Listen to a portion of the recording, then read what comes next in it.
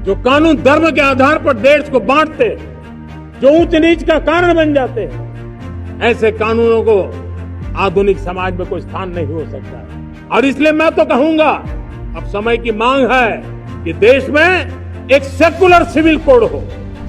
स्वतंत्रता दिवस के मौके पर लाल किले की प्राचीर से प्रधानमंत्री नरेंद्र मोदी ने सेक्युलर सिविल कोड का जिक्र किया। इस दौरान प्रधानमंत्री मोदी ने कहा कि हमें कम्युनल नहीं, सेक्युलर सिविल कोड चाहिए। सेक्युलर सिविल कोड मौजूदा समय की मांग है।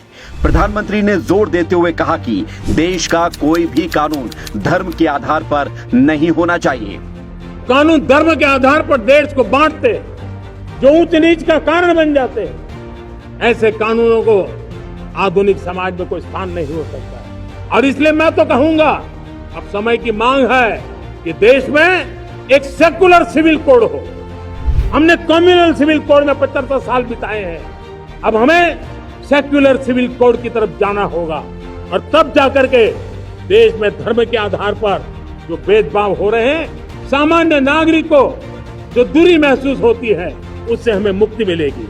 किसी को उम्मीद नहीं थी कि लाल किले की प्राचीर से पीएम मोदी कुछ इस तरह का जिक्र भी कर सकते हैं। पीएम मोदी ने जैसे ही सेक्युलर सिविल कोड का जिक्र किया तो तुष्टीकरण की राजनीति करने वाले बिलबिला उठे। उन्होंने लोगों को गुमराह करना शुरू कर दिया। इन लोगों की बातों में आने से पहले हर भारतीय, चाहे वो किसी भी धर्म, किसी भी जाति का हो, ये समझना चाहिए कि इस तरह के कानून की क्यों जरूरत है। भारत में धर्म के आधार पर अलग अलग कानून हैं। इन अलग अलग कानूनों के कारण सामाजिक ढांचा बिगड़ा हुआ है। इसी कारण से देश में लंबे समय से एक ऐसे कानून की मांग हो रही है जो सभी के लिए समान रूप से हो। इससे सभी जाति, धर्म, वर्ग और संप्रदाय को एक ही सिस्टम में लाए जाने का प्रस्ताव है, जिससे धर्म के आधार पर भेदभाव खत्म हो जाएगा। इस कानून के बाद मुस्लिमों समेत किसी भी समुदाय में कम उम्र में लड़की की शादी अपराध हो जाएगी। हिंदू, सिख और ईसाई के साथ साथ मुस्लिमों में तलाक के नियम एक जैसे होंगे। मुस्लिम महिलाएं भी हिंदू महिलाओं की तरह कहीं से भी बच्चा गोद ले सकेंगी।